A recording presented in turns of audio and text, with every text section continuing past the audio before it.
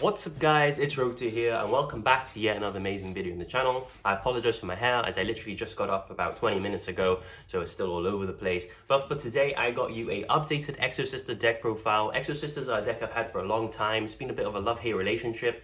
I don't think I've ever really given them the chance to shine that they deserve and thoroughly tested them properly and stuck with them consistently.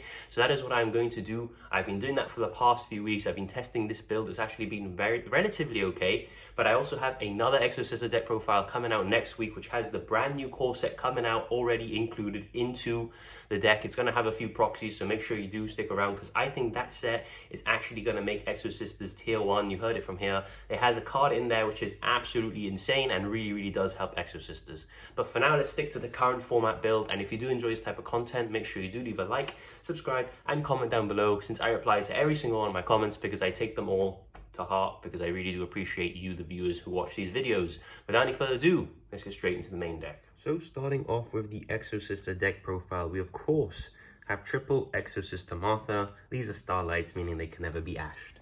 But in all seriousness, Exosister Martha is probably the best Exosister card in the entire deck, hands down. The only thing that I'd say is a negative is the fact that you can't use the Exosister Martha if you've special summoned anything that isn't an Exosister.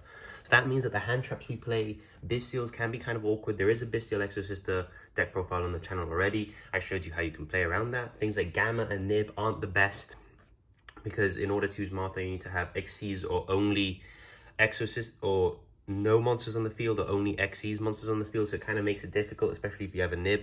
So this build basically just plays hand traps that don't conflict with Martha and is very consistent in order to see the Martha as often as possible. For another triple of the Exos, we play triple Exosister Stella. On normal, she can just special another Exosister out your hand, which is really good. If your Martha gets ashed, you can normal summon Stella and special the Martha anyway, which is really nice. Which is why I think you should be playing 3, because it lets you get 2 bodies. Same can be said with Elise. Apart from the fact that you need to play 3 Elise because you play 3 Martha and Martha specials Elise at the deck, Elise just special summons herself to the field if you control another Exosister monster, so it's just another way of getting into your Xyzs. For the not so good Exosisters, unfortunately one of them is Collector Rare. It would be a lot better if the Elise was Collector Rare. We have the Sophia. She's okay. I only play 2 of her because on her own she can't do anything. What she does is on the field, when she's on the field, if you have another Exosister monster, you draw a card, which is pretty nice. And the same can be said for the Exosister Irene. They don't do much on their own. You just play them because you basically need to play the one Irene because it's listed on a different Exosister, and that allows you to do Vadis plays. But Irene, you don't really ever use her effect. You reveal an Exosister, put it at the bottom and draw a card.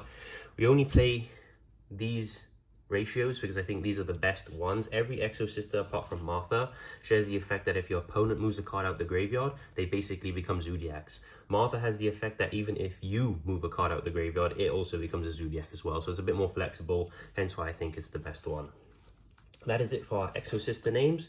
For our non-Exosister names, we have 2 Zorua, the Magistress of Flame. Now, I don't particularly like this card. You need to sort of play it because it's a normal summon that can get you a level 4 spellcast out the graveyard, which basically is insane in the grind game. But with the new set coming out, and I will be doing an updated Exosister profile before that set comes out so you guys can pick up the cards early and you can see where the build is at, this card gets replaced. So for now, I'd say play 2 Zorua because one searches the other one, of course with the Link one that we have to play in the extra deck.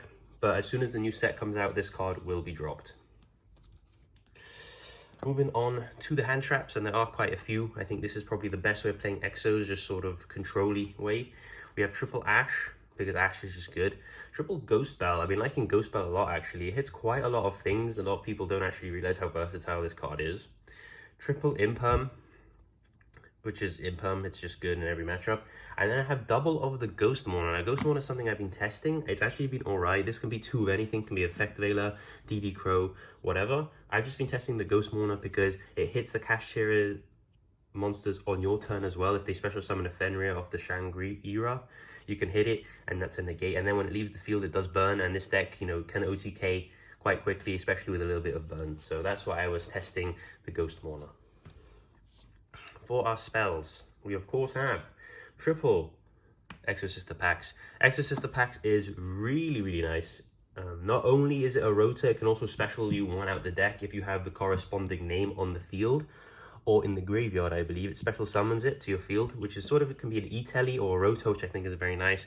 Only bad thing is that you pay life points, so in time you never want to use this card, and it can only be used during the main phase. It is quick play, but only during the main phase, so that's kind of annoying.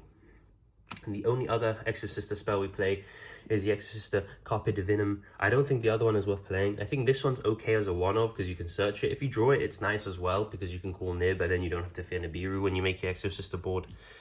But apart from that, it's okay. It's spell and trap removal too. It was an out to Mystic Mine in a way when Mystic Mine was in the format, because you can just call Mystic Mine and then they wouldn't be able to activate the effect. So the effects were fields in the card's original name. And if it was in the field, Mystic Mine was a problem usually because you usually out it with the traps anyway as well. So that's pretty nice. Moving on to the spells. Triple Pot of Prosperity, consistency piece, not really much to say. You don't really care that much about your extra deck, so usually banish 6 and dig for Martha. We have Triple Dark Ruler No More. I think this card is a really good blowout, to be honest with you.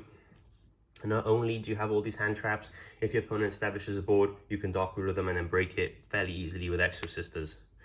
The one call by, just to play around hand traps and Ash on the Martha. And going on to the traps, we have double of the Returnia and double of the Vadis. Both are really good in their own ways. Returnia is generically more good because it's a banish and then you Xyz or banish again. Whereas Vadis is a special 2 from the deck. How you use Vadis is when your opponent commits to moving something out of the graveyard, chain Vadis, special your 2 Exosister monsters from the deck, and then you get to Xyz summon twice because the card was moved out of the graveyard. So that is it. It is 40 cards. Let's now move on to the extra deck. Moving on for the extra deck, we actually play a decent amount of links in this build. We're playing the 1 Access Code Talker because it's just an amazing card. We play the 1 Celine, the 1 Liner to get there with the 1 Artemis, which is mandatory for our Zora package. I think these links are very, very good. And Access Code isn't really seen that much nowadays, to be honest with you. It's still a very, very good card, and a lot of people don't really expect it, which is why it's kind of nice. And of course it gets huge, and you can easily make it with the Liner since all your Xyzs are lights, and the Artemis as well as light. Celine, all your Exosisters are spellcasters, so you can easily special one out and then climb into your Access Code Talker. For our Xyz monsters of the Exosister archetype, 2 Magnifica. I've never really needed a third. 2 is plenty in my opinion. You need to play 2 though, because you do go through 1 for your normal combo. Triple of the Michaelis. This is the best one by far. On summon, it's a banish and it's a rotor for spells or traps. Absolutely insane. And if you summon it during your opponent's turn, you can banish. It's a banish the turn it's summoned on a quick effect. 2 Caspatel, second best one. Monster Search. We have the 1 Jibreen, which I'm going to bump up to 2, to be honest, as when I make the next deck profile, and an Asafel, which again I am going to bump up to 2 in the next version of this deck profile coming out next week, which is of course with the next set included. And then for generic Xyzs, we have the 1 Zeus and the 1 Cowboy. Cowboy is very nice for in time because you can just burn them for 800 and then win the game.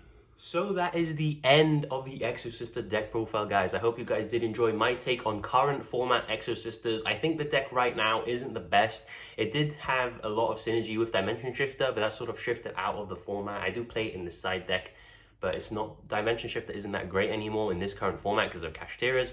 But make sure you do stick around for next week, which will have the next format Exosister deck list, and that one is extremely spicy, so make sure that you do check that out. As I said in the beginning, I do believe Exosisters have a lot of potential in the future with the new card that is coming out in the next core set. But until then, I'll see you all in the next video, which should be on Friday. It's time!